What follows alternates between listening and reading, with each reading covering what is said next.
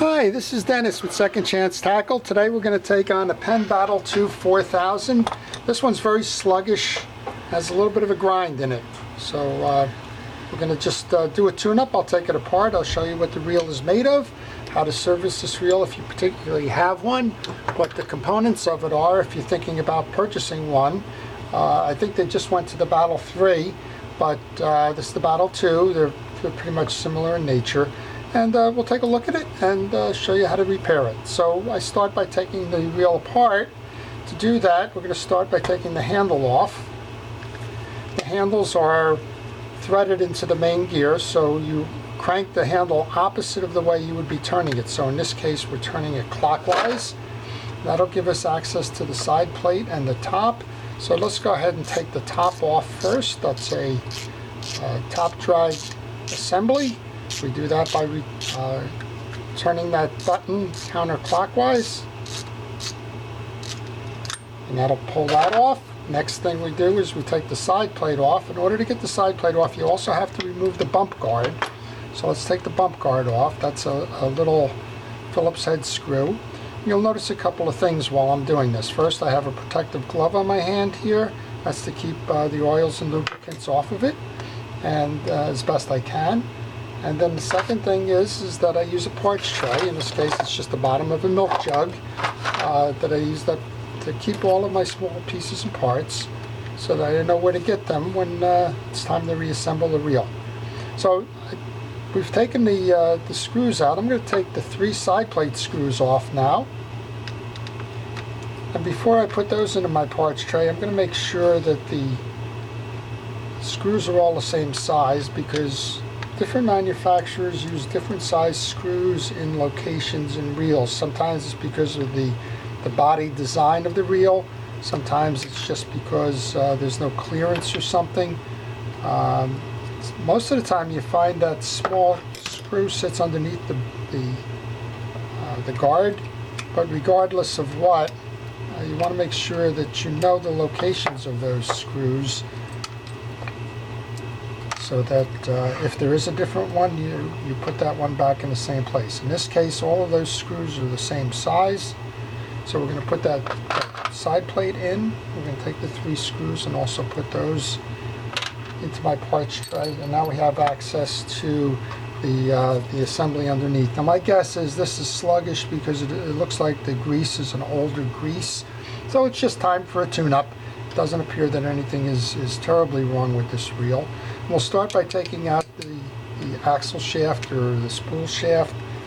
We do that by removing the set screw in the crosswind block.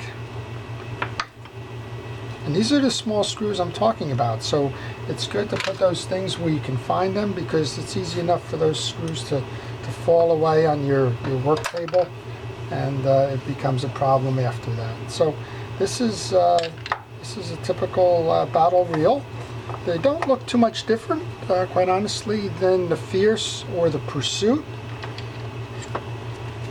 But they do have the HT100 drag system, and I believe that's the major difference between the two. So up top here we have HT100s. I think the Fierce has a felt drag, and the Pursuit has a Teflon washer in it. So that's the main differences in the 3. The Battle is the upper end of this.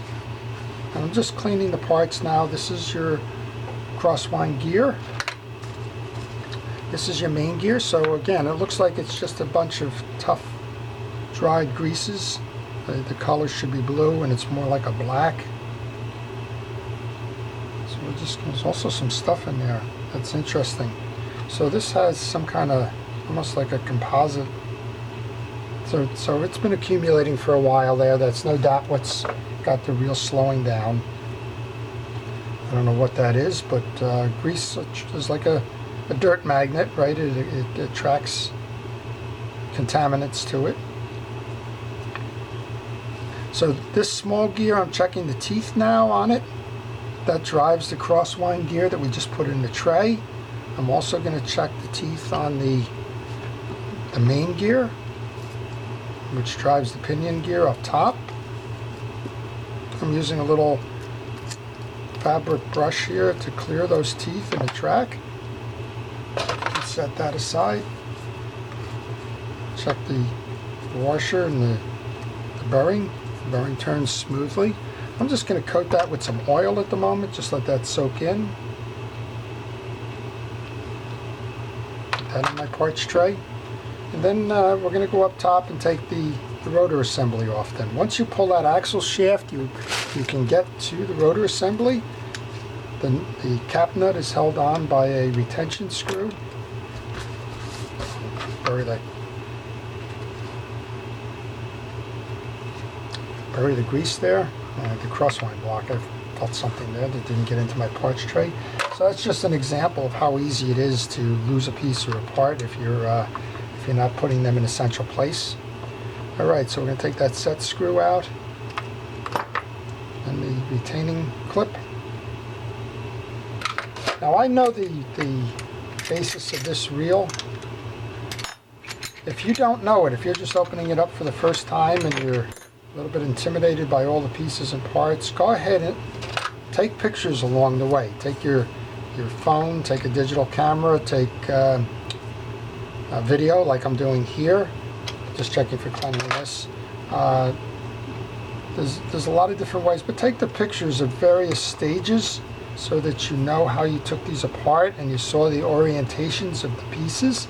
That way when you go to reassemble, if you get stuck with that aha moment, it'll enable you to go back and recheck.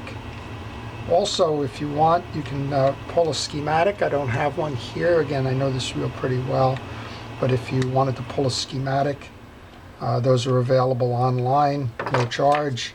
I think one of the sources is mysticparts.com. Used to be pennparts.com. You can go find the schematic for the reel there, and that will help you if you get stuck as well. So we have the 3 small screws that hold in the retaining clip for the anti-reverse bearing and the pinion bearing. Once you do that, you can pull the assembly out.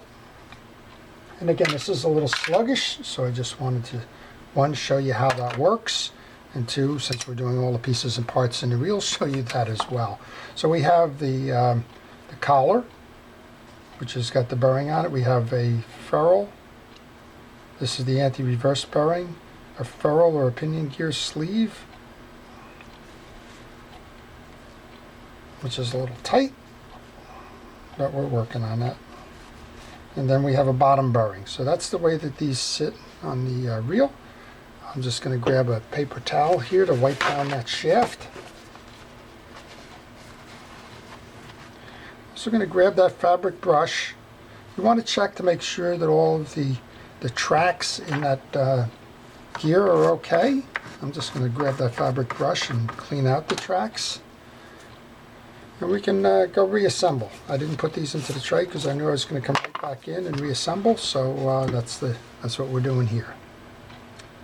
Just finding my little long tub of grease. I'll use that later on the washers. So I got a blue grease here. I'm just going to put a little bit of blue grease onto the pinion gear. I'm going to check the bearing. There's no evidence that anything's wrong there, so I'm going to oil that.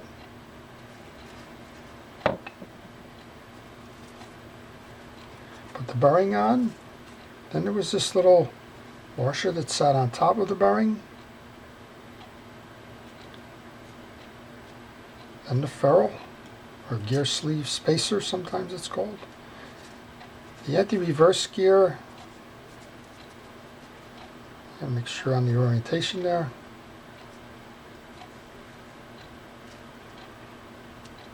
So if you put that in upside down, you would know immediately because the orientation would be backwards and you wouldn't have the drive set properly. But in this case, this spool will be turning in the clockwise direction and it's going to stop you on the anti-reverse side going opposite. Once you have those in place, then we can set the collar back up.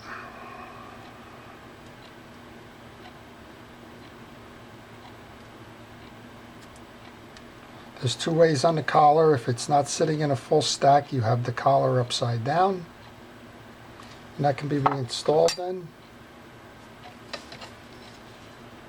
Now these have ribs on them. Just need to make sure you get it set in there as such.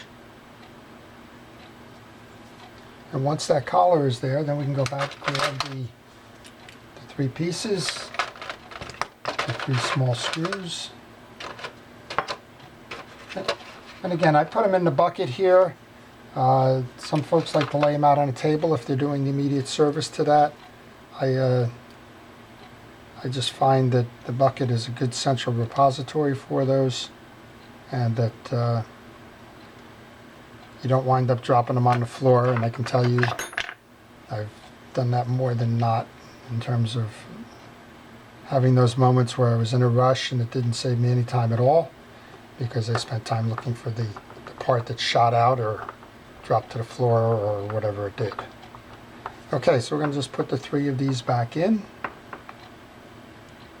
These are Phillips head screws. Sometimes you could use a micro screwdriver on these.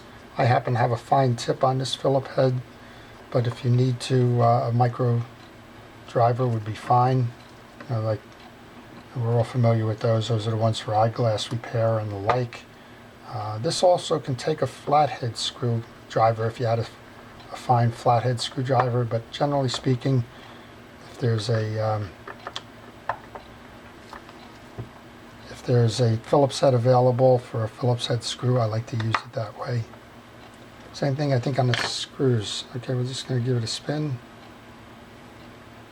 Make sure that it's operating properly, which it is. And go ahead up top then. And this is what I mean. You have to know the orientation, the way that the wheel is going to spin, so that the anti-reverse works properly. And go ahead and put the cap nut right back on, because this service is essentially done up top. I like this cap nut because you can't over tighten it. Just doing a little test drive there. Put the holder on. Grab the little set screw. Now that's there because the nut and the spool, or the rotor and spool, all travel in the same direction, so they don't want that nut to come loose. So that's the purpose of that clip. So now we got a nice free turning assembly there. We're just going to go ahead and clean the shaft off. I use a little bit of steel wool for that. You can put a little bit of blue grease on it, which I'm going to do here. Not a lot, because when you go through the pinion gear, it's only going to accumulate there. So we're going to go ahead and just hold that for a moment. I'm going to grab the internal piece now. We cleaned the main gear. We're going to go back and put a little bit of grease on that. We're going to oil the bearing inside. At this, as you see, there's a 4+1 ball bearing assembly here. So I'm oiling the gear side plate there. I'll get the crosswind block, crosswind gear next. And I'm using a Penn Reels grease for this. It's a Penn Precision Reel grease. You do not have to use Penn grease on Penn Reels. You can use any grease as long as it's a fishing reel grease as opposed to a general purpose grease. Put one more piece in here while we're at it. Don't use general purposes. I found everything from wheel bearing grease in here to Vaseline and other things. The problem that you have with those, if they're not designed for fishing reels, you run the risk of these being the wrong density, I guess they call it viscosity, and it's either going to wear out too quick or it's going to be too thick and accumulate a lot of particulate and bog down a reel. So this looked like it had the right grease in it, looked like it was the original grease in it, which means the reel probably wasn't serviced. Over time, water and other things get into the reel, and when that happens, then the reel just bogs because the grease retains that, and if it retains it, then you run into a situation where it slows it down. You can remember that we oiled this bearing before, so we're just going to close this reel up now. We've got the two side plate pieces.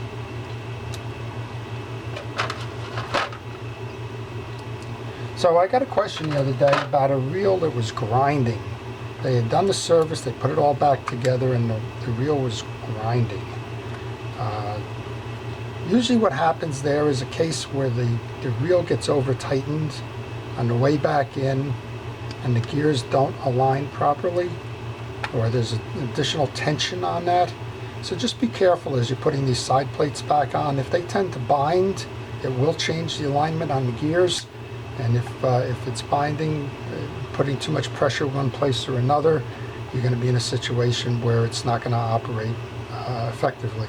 My recommendation to those is always just go back and redo your work.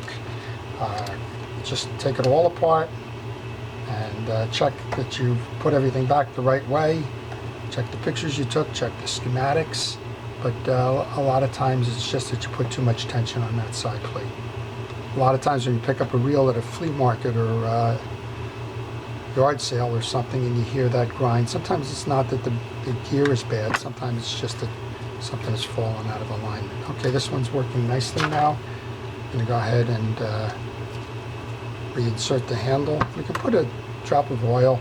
Folks ask me sometimes about, why didn't you oil the handle or the bail or whatever. Usually most of the time it's just that I'm trying to get these things completed for the video, and that's been the cause. We'll come up top here, we're going to put a little bit of oil on that bearing, and then we're going to take the spool then and service the drags on that before we complete this service. So this is a typical top drag situation. We're going to take the clip out of the center of the core of the spool. That's going to give us the access to the HT100 drags. And the HT100 drags on this spinning wheel are serviced the same way that an HT100 would be serviced on a conventional reel. Just want to get them out. We have a little bit of debris in the bottom here, so I'm going to use that steel wool again just to clear that out. That's the number one problem with drags, is they get sand or debris in them. I'm going to go ahead and use that other, this is Cal's Universal Drag Grease now. We're going to just use my gloved hand to coat that.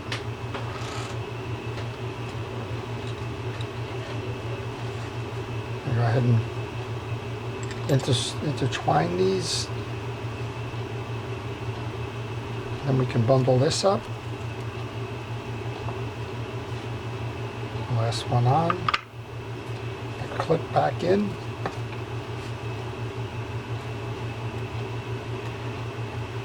And it's a spring clip, so just pay attention to it.